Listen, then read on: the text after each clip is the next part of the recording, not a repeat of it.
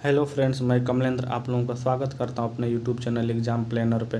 तो फ्रेंड्स, आज हम देखेंगे सभी महत्वपूर्ण जितने अनुच्छेद है उसको सब इस क्लास में देखेंगे, जो बहुत ही एग्ज़ाम में आता रहता है और लड़के कंफ्यूज हो जाते हैं इसमें। तो मैं बहुत अच्छे तरीके से आप लोगों के सामने पेश कर रहा हूँ, लास्ट तक बने रहिएगा और समझ लीजिए कि मोस्ट इम्पोर्टेंट क्लास है ये।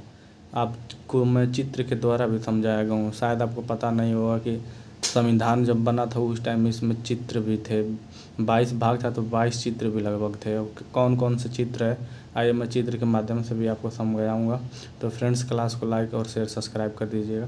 आइए हम लोग आगे बढ़ते हैं। तो भारतीय संविधान को हाथ से लिखा गया। सबसे पहले तो भारतीय संविधान हाथ पूछेगा कि हाथ से किसने लिखा, तो देखिए ये लिख रहे हैं हाथ से। तो इनका जो नाम है प्रेम बिहारी नारायण ज़्यादा ये अपने ये हाथ से लिखा। पूछ दे कि संविधान को हाथ से किसने लिखा था, तो प्रेम बिहारी नारायण ज़्यादा। देखिए यहाँ पे प्रेम बिहारी हैं और ये डॉक्टर राजेंद्र प्रसाद हैं, अस्थाई अध्यक्ष जो संविधान सभा के थे। तो प्रेम बिहारी नारायण ज़्यादा ने हाथ से लिखा था संविधान को। आइए फिर इसके आगे चलते हैं। इन्होंने जब हाथ से लिखा था तो समझ लीजिए 432 नींव घिस चुके थे। मतलब जब इन्होंने अब संविधान को लिखा था तो 432 नींव जो होता है ना, वो पहले वो आता था दवात से लिखा जाता था, स्याही से लिखा जाता था।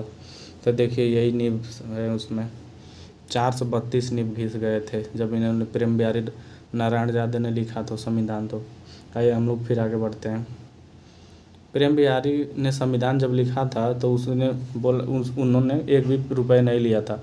मतलब संविधान लिखने में एक भी रुपये नहीं लिया था और संविधान ये 6 महीने तक लिखते रह गए।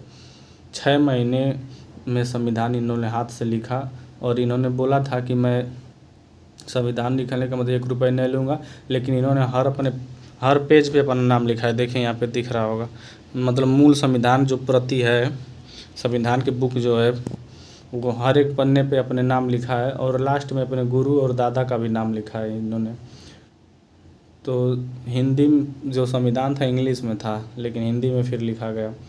तो प्रेम बिहारी नारायण ज़्यादा यहाँ पे मोस्ट इम्पोर्टेंट हो गए हैं और इन्होंने हर एक पन्ने पे अपना नाम लिखा है। आइए फ्रेंड्स, फिर हम लोग आगे बढ़ते हैं।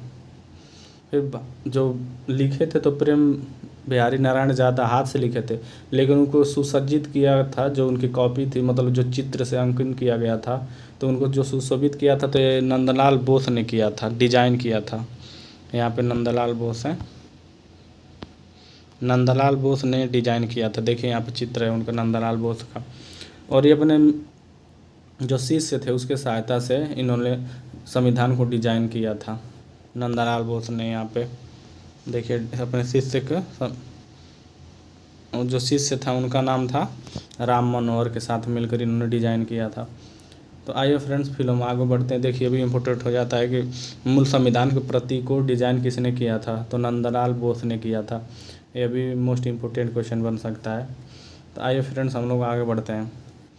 संविधान जो बनकर तैयार होता, संविधान बनने में कितना समय लगा था, तो 2 वर्ष 11 माह और 18 दिन लगा था।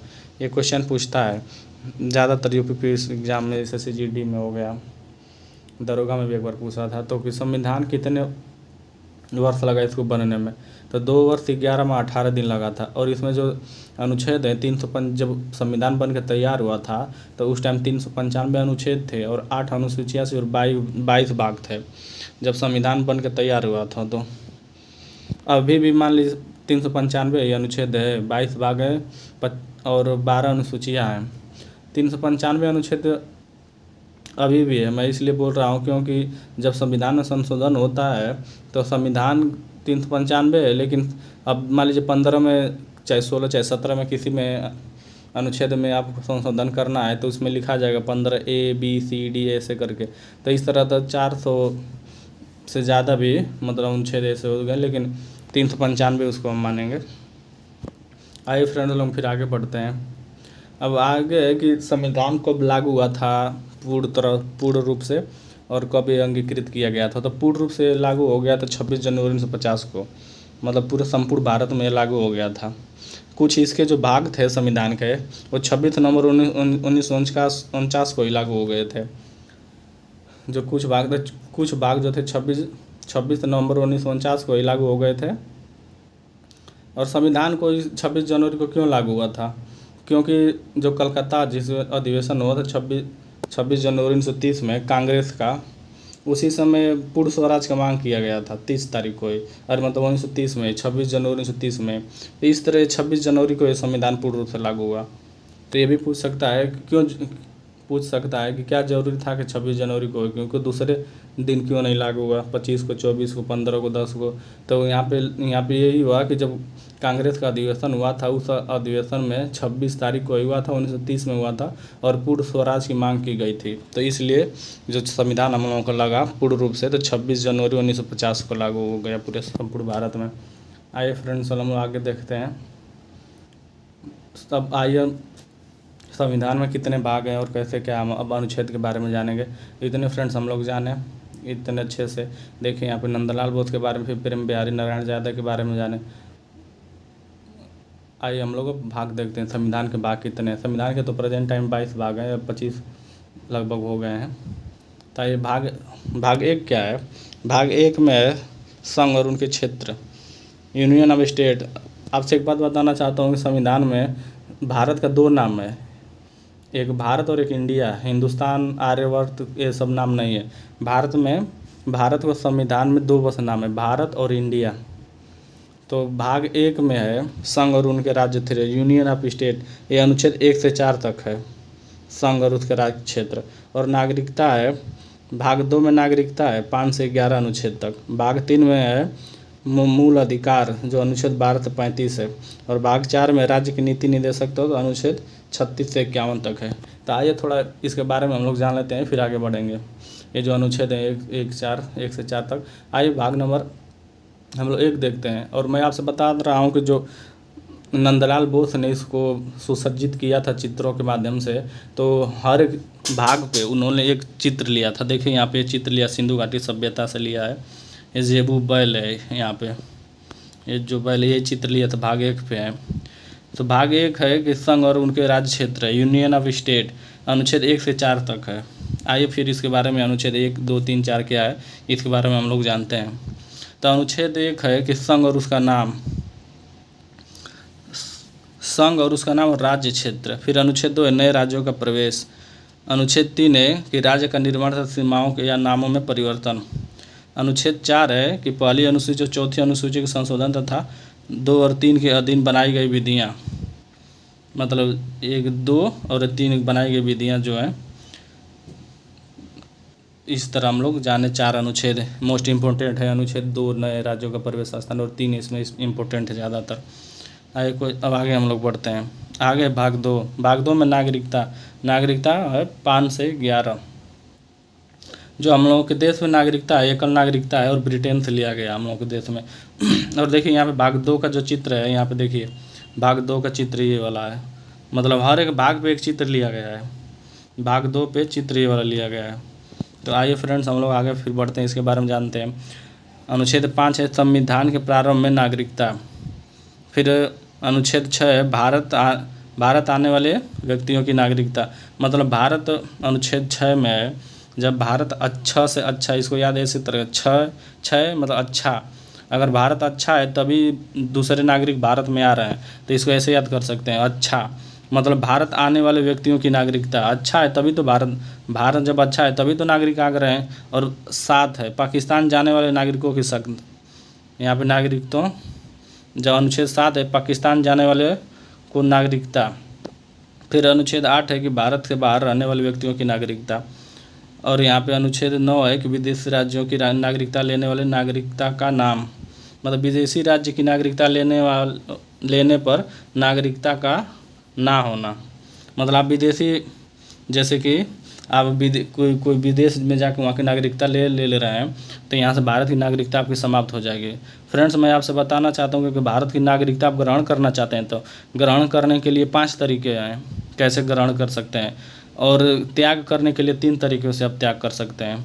तो आइए अनुच्छेद हम लोग 10 जानते हैं। अनुच्छेद 10 है कि नागरिकता के अधिकारों का बना रहना, अनुच्छेद 10 में है। फिर अनुच्छेद 11 में है कि संसद द्वारा नागरिकता के कानून का विनियमन, मतलब नागरिकता पे कानून बनाने का अधिकार सिर्फ संसद को है। तो फ्रेंड्स 11 अनुच्छेद हम लोग देखें। पहला अनुच्छेद है संघ एवं राज्य और संघ का नाम और राज्य क्षेत्र। दूसरा नए राज्यों के प्रवेश स्थान। तीसरा राज्य का निर्माण तथा सीमाओं है। फिर इसी तरह हम लोग देखें 11 अनुच्छेद हम देखें, आइए 11 हम लोग देख लिए। 12 अनुच्छेद 12 में है राज्य से रिलेटेड है। तो भाग 3 क्या है, मौलिक अधिकार से है। ये 12 से 35 तक मौलिक अधिकार है। आए देखिए भाग 3 में ये राजा राम है, मतलब राम अपने प्रजा में, तो इनको यहाँ पे लिया गया है, भगवान राम का चित्र यहाँ पे लिया गया है मूल संविधान में। आइए हम लोग आगे फिर देखते हैं 12 से 35। फिर अनुच्छेद 12 है कि राज्य की परिभाषा। देखिए राज्य की परिभाषा 12 में दिया गया है, 1936 में भी दिया गया है राज्य की परिभाषा। और अनुच्छेद 13 है कि मूल अधिकारों को असंगत या अल्पीकरण करने वाली विधि है। इसका ये मोस्ट इंपॉर्टेंट ये भी है।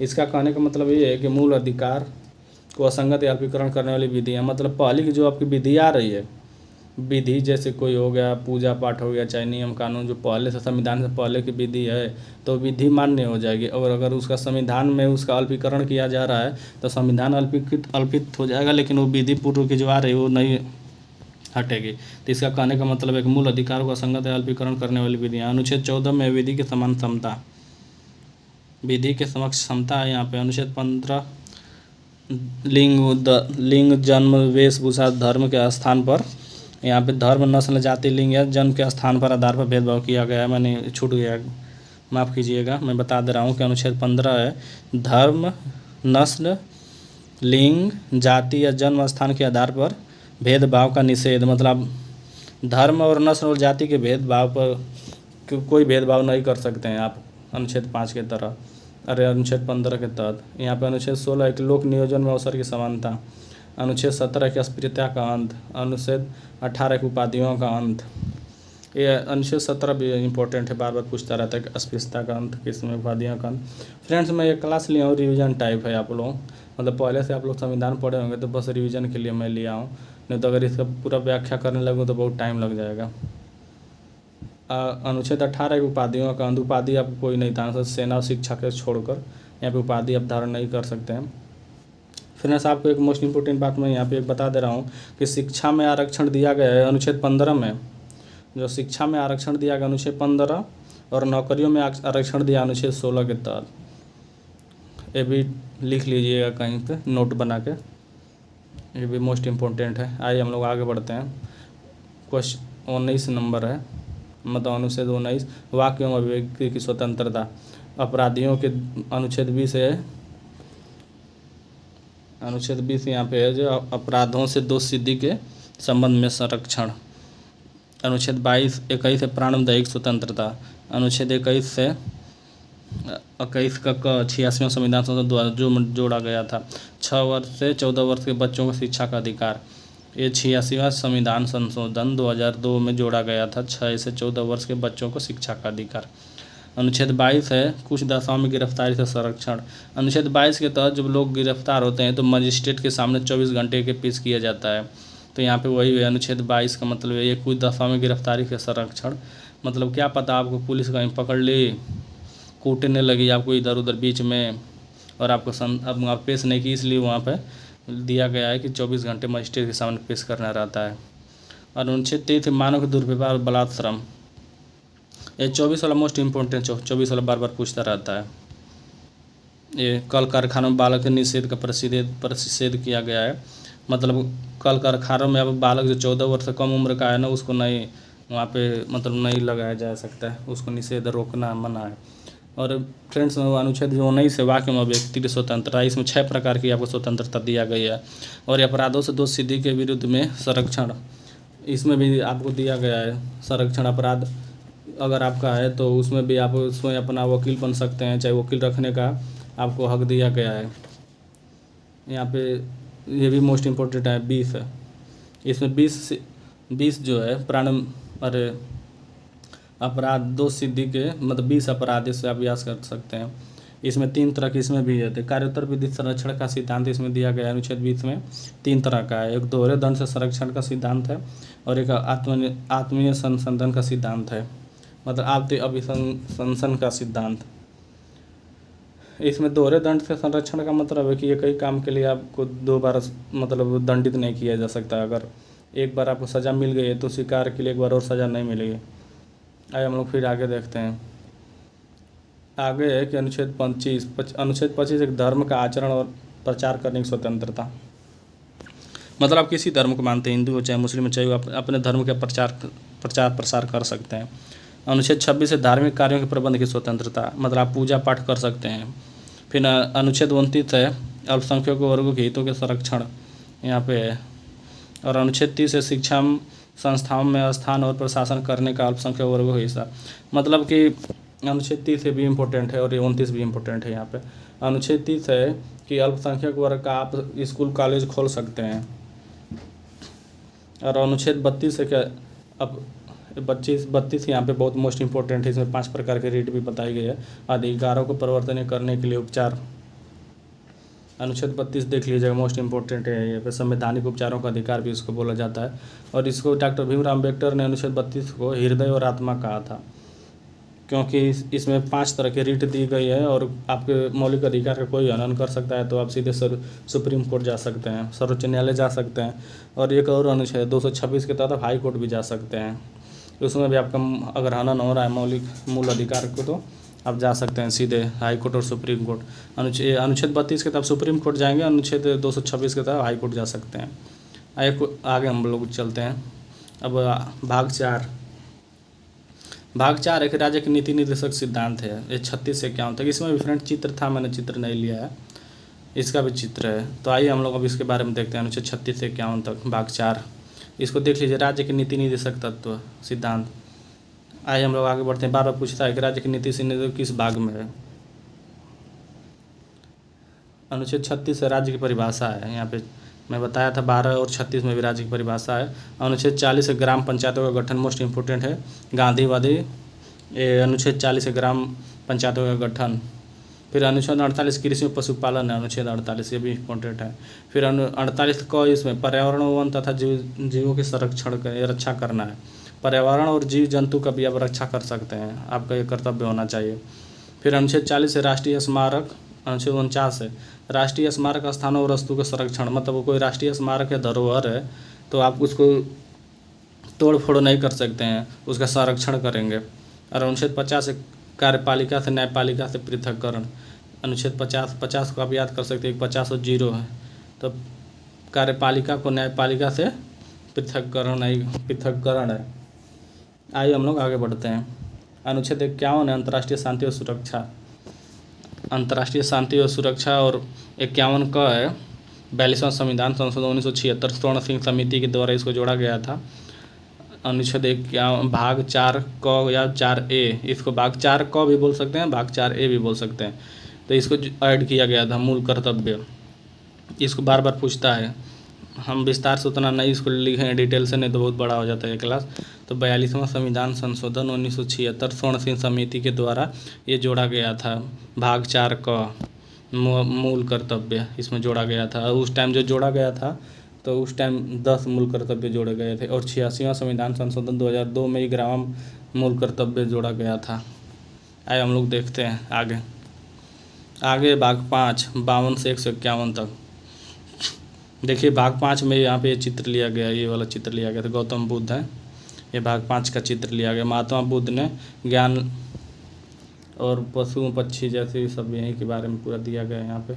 और ये सजाने के जो चित्र लिए हैं नंदलाल बोस ने लिया था अपने शिष्य के सहयोग से। आइए हम लोग फ्रेंड इसके बारे में जानते हैं। अनुच्छेद 52 है कि भारत का राष्ट्रपति, पूछ देगा कि भारत का राष्ट्रपति किस अनुच्छेद में है, तो अनुच्छेद 52 में है। संघ की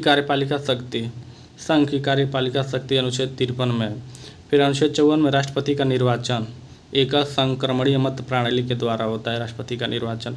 फिर अनुच्छेद 55 में राष्ट्रपति के निर्वाचन की रीति, मतलब किस तरह राष्ट्रपति का निर्वाचन किया जाता है। फिर अनुच्छेद 56 है राष्ट्रपति की पदावधि, पूछ देखे राष्ट्रपति की पदावधि किस अनुच्छेद में है। फिर राष्ट्रपति अनुच्छेद 57 में है निर्वाचित पुनः निर्वाचन के लिए पात्रता, मतलब राष्ट्रपति फिर से निर्वाचित हो सकता है। ये जरूरी नहीं है कि एक बार हो गया तो हो गया, नहीं, जितना भी बार हो यहाँ पे निर्वाचित हो सकता है राष्ट्रपति।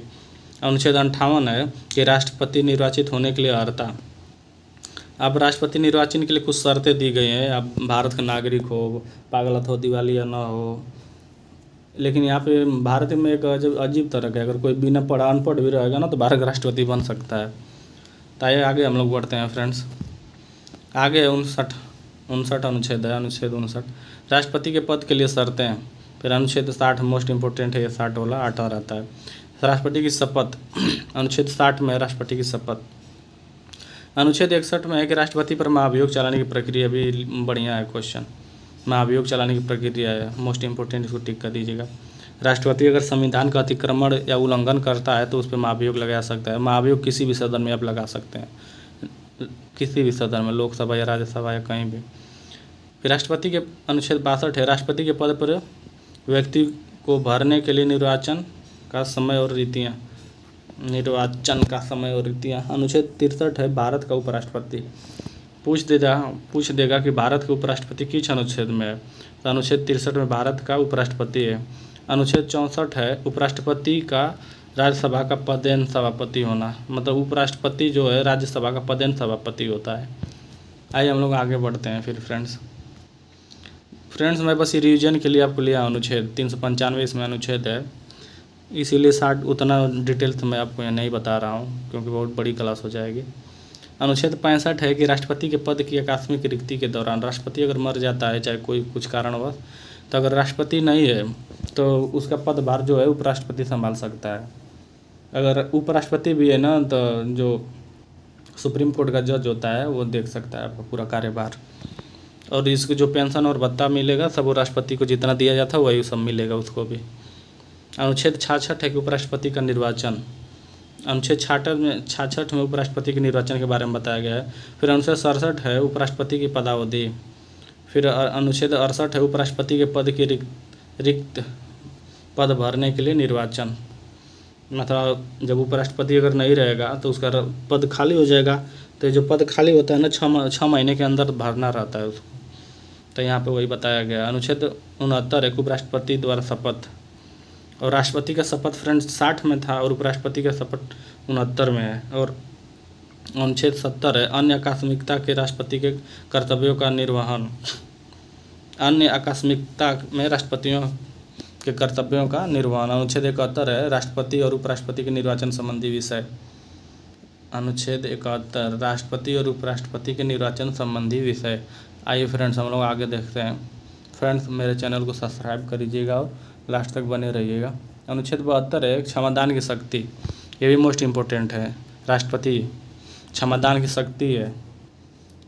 और अनुच्छेद 63 है और 73 है संघ की कार्यपालिका शक्ति का विस्तार। अनुच्छेद 74 राष्ट्रपति को सलाह देने के लिए मंत्रिपरिषद। अनुच्छेद 75 इम्पोर्टेंट है, मंत्रियों के बारे में उपबंध दिया गया है। अनुच्छेद 76 है भारत का महान्यायावधि, ये भी मोस्ट इम्पोर्टेंट है। भारत का महान्यायावधि 76 में है और 165 में है अधिवक्ता, महाधिवक्ता, एडवोकेट जनरल, अनुच्छेद 165 में है। अनुच्छेद 77 में भारत सरकार के कार्य संचालन। अनुच्छेद 78 में राष्ट्रपति को जानकारी देने के लिए प्रधानमंत्री के कर्तव्य, मतलब कोई भी जानकारी, रीति, कोई नियम बना रहा है तो इसको राष्ट्रपति को जानकारी देने का हक है राष्ट्रपति और प्रधानमंत्री को। आइए फ्रेंड्स हम लोग आगे देखते हैं। अनुच्छेद 79 में संसद का गठन, मतलब संसद इसमें बनाया जाएगा। अनुच्छेद 80 में राज्यसभा की संरचना। अनुच्छेद 81 में लोकसभा की संरचना। अनुच्छेद 83 में संसद के सदनों की अवधि। 84 में संसद के सदस्यों की अर्हताएँ। देखिए आप इसको इस तरह याद करते हैं, सरला, सरला से स से संसद हो जाएगा, और र से आपका राज्यसभा हो जाएगा, ल से लोकसभा हो जाएगा। सरला, स से आपका संसद, र से राज्यसभा और ल से लोकसभा, इसको याद कर गए। 79 में संसद है, 80 में राज्यसभा है और 81 में लोकसभा है। आइए फ्रेंड्स और फिर आगे देखते हैं। आगे है कि 85 अनुच्छेद है कि संसद का सत्र 17वां और विघटन, अनुच्छेद 85 में। अनुच्छेद 87 में राष्ट्रपति का विशेष अभिभाषण। अनुच्छेद 88 में सदनों के बारे में मंत्रियों के न्यायवादी का अधिकार। अनुच्छेद 89 है कि राज्यसभा का सभापति उपसभापति। अनुच्छेद 90 उपसभापति का पद रिक्त होने या पद हटाया जाना। मतलब अगर उसका रिक्त हो गया है चाहे हटा दिया गया है तो अनुच्छेद 90 में है। फिर अनुच्छेद 91 में सभापति के कर्तव्यों का पालन और सख्ती, इधर उतना इम्पोर्टेंट नहीं है लेकिन फिर भी जानना तो जरूरी है। अनुच्छेद 92 में सभापति या उपसभापति के पद से हटाने का संकल्प विचाराधीन हो तब उसका पीठासीन ना होना। आइए हम लोग आगे बढ़ते हैं। अनुच्छेद 93 है कि लोकसभा का अध्यक्ष और उपाध्यक्ष, देखिए इम्पोर्टेंट है, यहाँ पर टिक लगा लीजिएगा इसको। अनुच्छेद 94 अध्यक्ष और उपाध्यक्ष का पद रिक्त होना। अनुच्छेद 95 का अध्यक्ष में कर्तव्य एवं शक्तियाँ, अध्यक्ष में कर्तव्य एवं शक्तियाँ। अनुच्छेद 96 अध्यक्ष उपाध्यक्ष के पद को हटाने का संकल्प हो तब उसका पीठासीन ना होना।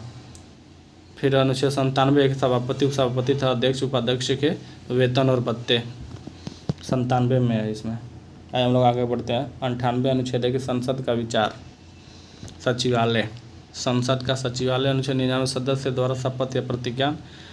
फिर संसदों के मतदान रिक्तियों के होते हुए भी संसदों के कार्य करने की शक्ति और गणपूर्ति 1/10 होता है। अनुच्छेद 108 मोस्ट इम्पोर्टेंट, यहाँ पर देख लीजिएगा।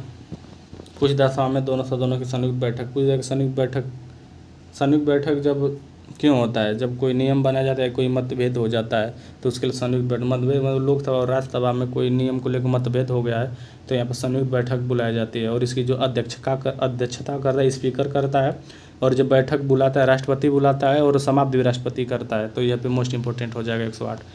अनुच्छेद 110 में धन विधेयक, ये भी मोस्ट इंपॉर्टेंट है, धन विधेयक। और 111 में विधेयकों का अनुमति। 110 यहाँ पे मोस्ट इंपॉर्टेंट है, इसको देख लीजिएगा फ्रेंड्स, बढ़िया क्वेश्चन है। तो इस तरह हम लोग कुछ तकनीकी खराबी होने के कारण फ्रेंड्स मैं यहीं पे क्लास समाप्त करता हूँ। लास्ट तक बने रहने के आप लोगों को बहुत बहुत धन्यवाद। कृपया चैनल को लाइक और सब्सक्राइब कर दीजिएगा। शुरू में देखिए मैं कितना अच्छा बनाया था, लास्ट में भी आप लोगों को चित्र से सुशोभित किया गया था। आइए फ्रेंड्स हम लोग समाप्त करते हैं। लास्ट तक बने रहने के लिए आपको धन्यवाद। जय हिंद, जय भारत। आपका दिन शुभ हो।